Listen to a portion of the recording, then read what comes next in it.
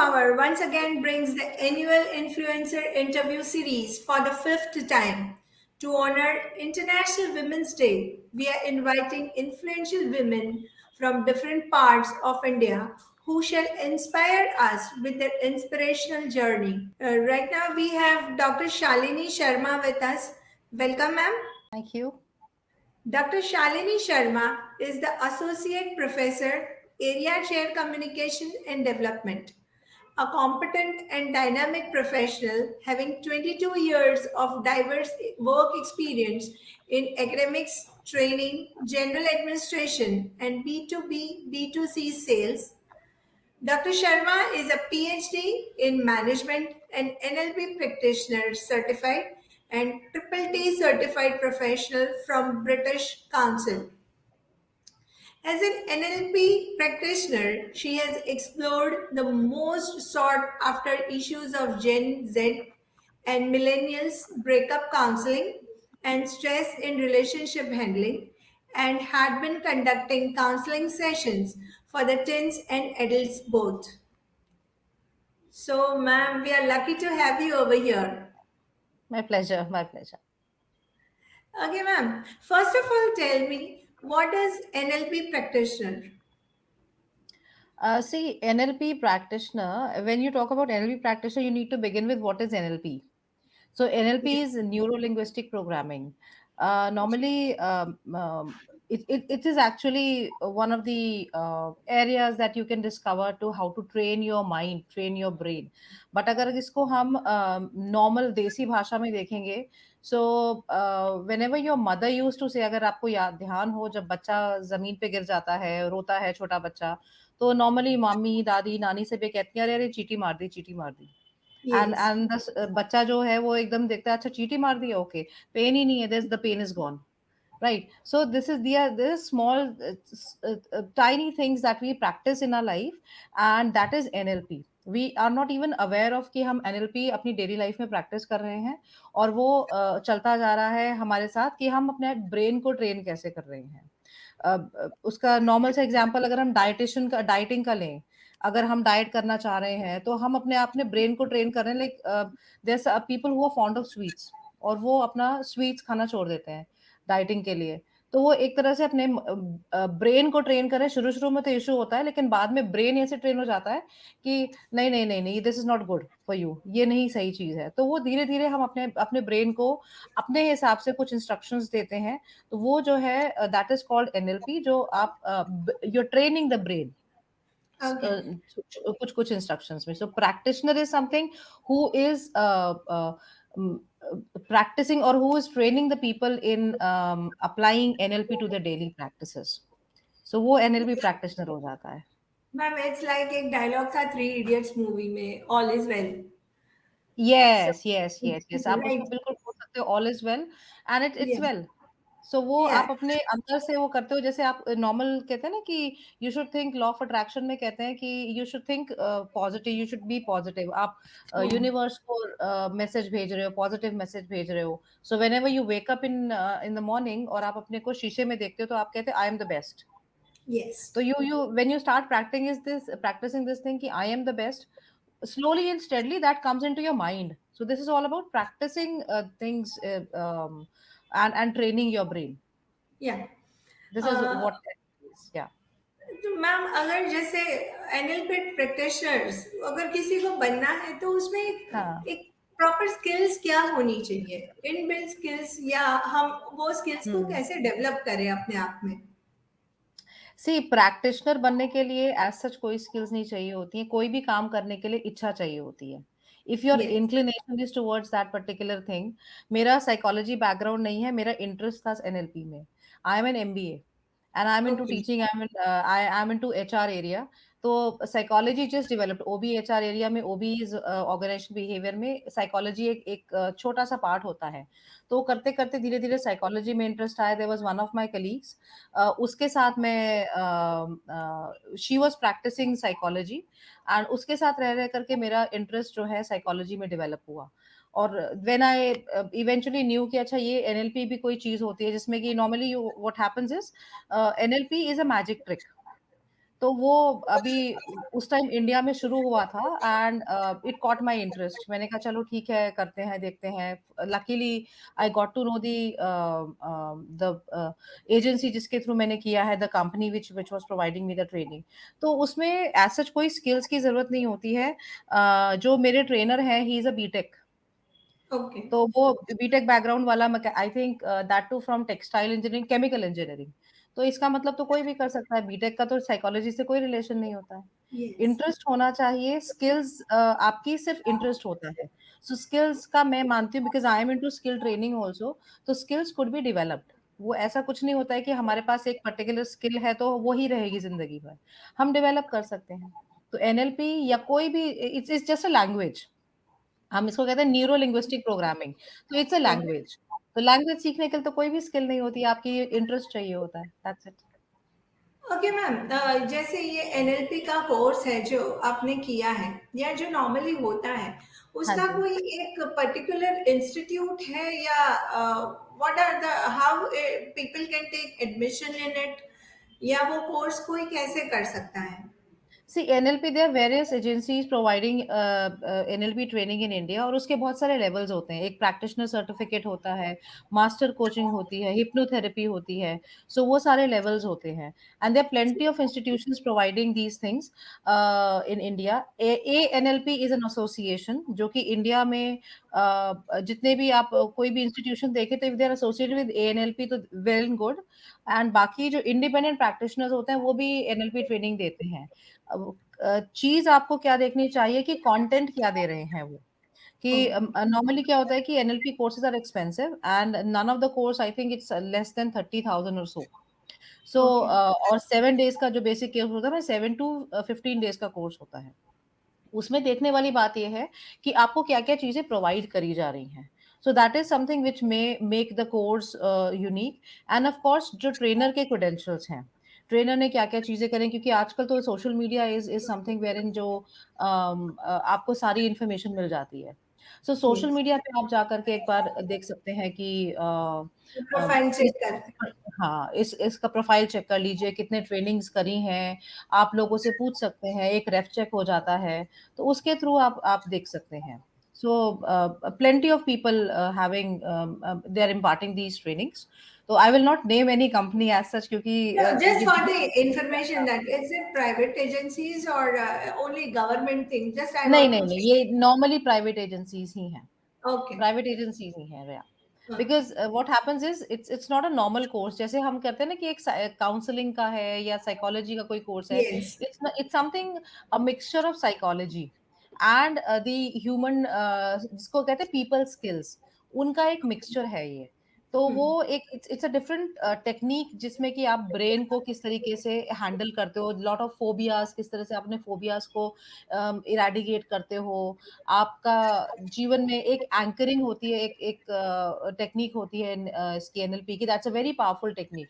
मतलब जहाँ आपके फियर्स हैं या आपका जहाँ पे कोई ऐसा एरिया है जहाँ पे आपको कॉन्फिडेंस आप लैक कर रहे हो, तो आप एंकरिंग करते हो।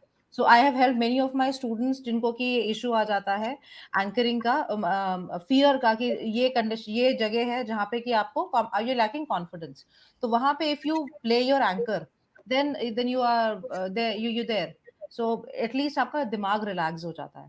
सो Okay. देयर मेनी एजेंसीज जो कि नॉर्मली प्राइवेट ही हैं। और Okay. बस एक चीज होती है कि आपको कोर्स कंटेंट देख लेना चाहिए कि कोर्स कंटेंट में क्या है। Compare Okay. कर सकते हैं इंटरनेट पे, गूगल, आजकल तो everything is available in Google. So you can Definitely. Compare the courses, and you need to check the credentials of the trainer also. Okay. या that's really important. Okay. Ma'am, आपका एक topic है emotional intelligence, जिसपे या आप बहुत काम करते हैं। सो जी, जी, कैन यू जी। एक्सप्लेन कि वो इमोशनल इंटेलिजेंस एग्जैक्टली होता क्या है? सी इमोशनल इंटेलिजेंस का सबसे बड़ा सिद्धांत ये है that every person, every human being is emotional. हम कई बार कह देते हैं कि ये तो बिल्कुल इमोशनलेस पर्सन है।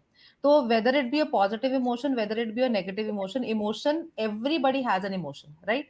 अब कुछ लोग कहते हैं, एक मुझे बड़ा कई बार हंसी भी आती है, मैं अपने स्टूडेंट्स से बोलती हूँ इस चीज को, हर हर किसी का होता है कि मुझे मैं तो बहुत इमोशनल इंसान हूँ और मुझे हर कोई जो है I I become an emotional fool every time. People play with my emotions, तो इंसान को लगता है कि मैं ही इमोशनल हूँ। हो सकता है वो जिसको लगता है उसने भी बहुतों के इमोशन से खेला हो। So emotional right. Intelligence is using your emotions intelligently. आपके पास कौन सा इमोशन है, फॉर एग्जाम्पल एंगर हो गया एक इमोशन हो गया फियर, एक इमोशन हो गया लव, राइट? सो इन इमोशंस को कहाँ कहाँ पे कैसे कैसे यूज करना है। अगर आप हर जगह जो है एंगर को यूज करोगे, वहां पे आपका काम नहीं आ पाएगा। हो सकता है जब आपने बॉसेस के साथ, आपने सॉरी अपने कलीग्स के साथ काम कर रहे हैं, तो आप लव इमोशन के साथ ज्यादा कोलैबोरेशन दिखा सकते हैं। आप अगर एंगर दिखाएंगे तो काम नहीं हो पाएगा। बॉसेस के लिए इट्स द सेम थिंग कि बॉसेस जो है नॉर्मली क्या होता है कि एक बहुत बड़ा मिथ, अब तो खैर इट इज बीइंग रिजॉल्व्ड, क्योंकि जब से ये हम ऑनलाइन आए हैं तो emotional intelligence has more been into picture. People are very much weak emotionally, और लोगों को जो है अब लीडर्स जो है इमोशनली इंटेलिजेंट चाहिए होते हैं। सो बॉसेस जो है जब भी गुस्सा हो रहे हैं या अग्रेशन शो कर रहे हैं अपने टीम पे, तो that may not work always. उसमें जो है you have to be very intelligent कि मुझे अपना गुस्सा कहाँ पे यूज करना है, कौन से स्टेप पे यूज करना है, and initially what emotion I have to play with. कई बार जो है हम लोगों को बार्गेनिंग का भी करते हैं, नेगोशिएशंस भी करते हैं काम करवाने के लिए। सो हम कौन सा इमोशन यूज कर रहे हैं, कौन सी टैक्टिक यूज करें, that is emotional intelligence. So how intelligently you are playing the role, you're playing with your emotions।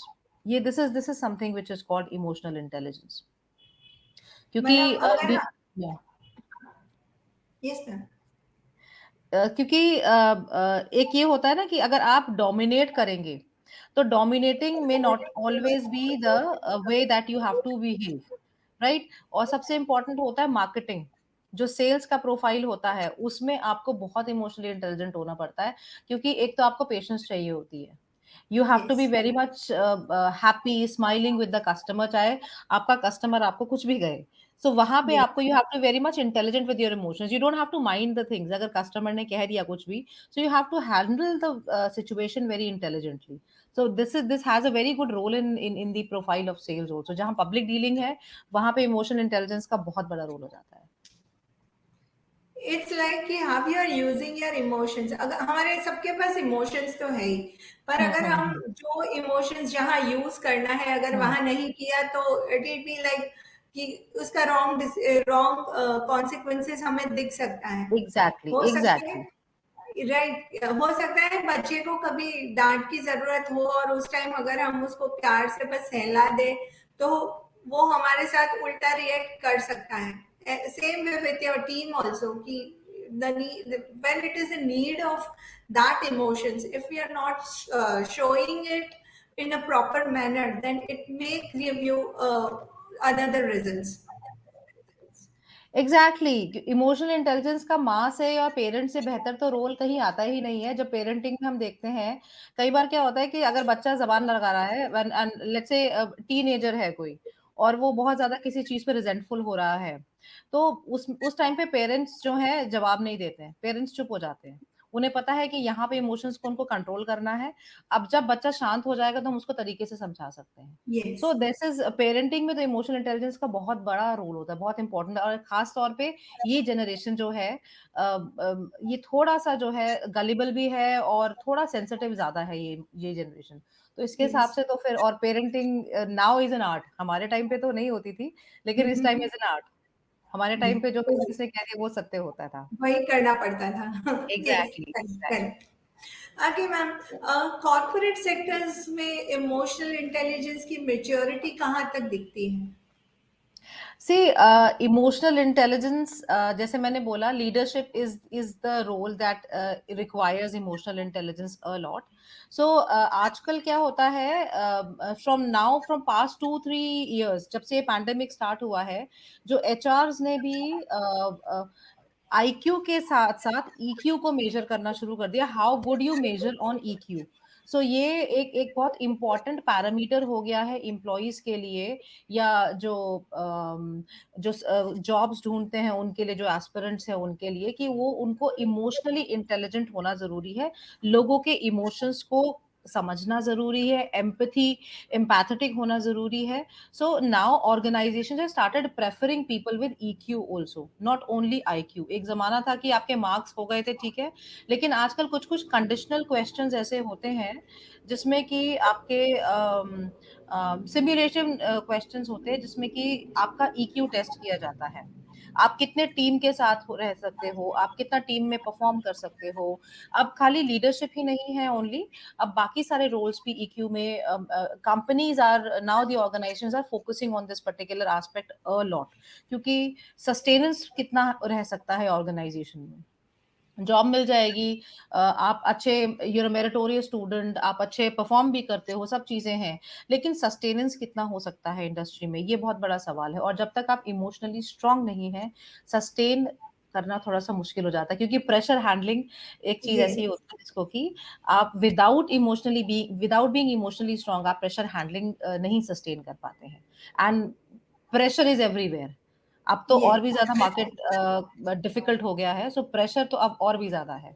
So that's why companies now they are giving training as well.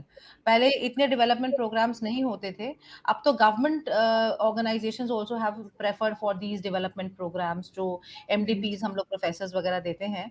सो वो now the government organisations are also focusing on these exercises, so that people are stronger in their emotions, dealing correctly with their said, emotions. Correctly said ma'am, कि या अगर कोई भी पढ़ा लिखा कितनी भी आपके पास डिग्री हो, या तो आप गोल्ड मेडलिस्ट भी क्यों ना हो, but if you are not able to control the pressure, जब तक आप या प्रेशर को नहीं ले पा रहे हो, तब तक आप अपने परफॉर्मेंस में भी वो रिजल्ट नहीं ला पाओगे। Exactly exactly.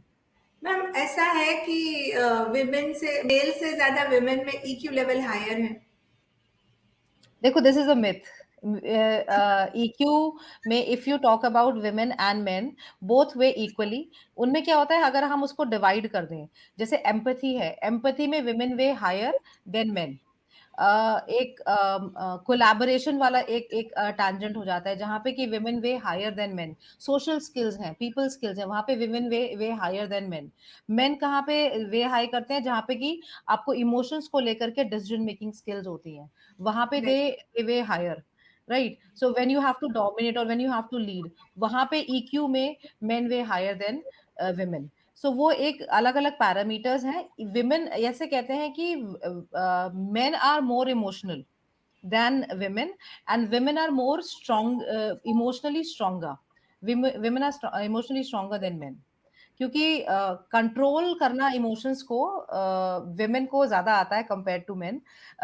मेन में नॉट एक्सप्रेस देयर इमोशंस, इसीलिए वो इमोशनली वीक ज्यादा होते हैं compare to women. Women express कर देती हैं, and that has to be actually blamed to जो हमारी वायरिंग है ब्रेन में, that has to be blamed for that, क्योंकि हमारी वायरिंग जो है, विमेन की wiring is a complex wiring, and main की वायरिंग इतनी कॉम्प्लेक्स नहीं है।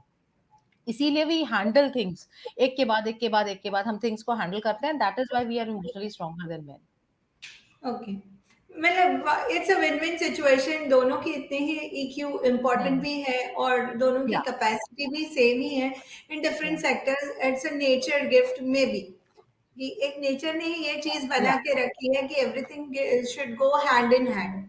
Exactly exactly. मैम, मेरा एक लास्ट क्वेश्चन है कि अगर कोई लड़कियां या एनी एनी प्रोफेशनल और एनी यंगस्टर्स, कहीं किसी को भी अगर ये एनएलपी का कोर्स करना है या ये आपके दिशा में जाना है, तो आप उनको क्या मैसेज और एडवाइस देना चाहेंगे? See, if you want to go into this direction, follow this, because it's really very it's a very lovely technique। NLP जो होती है लाइफ को चेंज कर देती है। When if you learn this technique, तो आप उसको फॉलो करना चाहिए। उसमें बहुत सारे प्री सपोजिशंस होते हैं, बहुत सारे टेक्निक्स होते हैं, तो इफ यू फॉलो देम, तो योर लाइफ बिकम्स इजियर।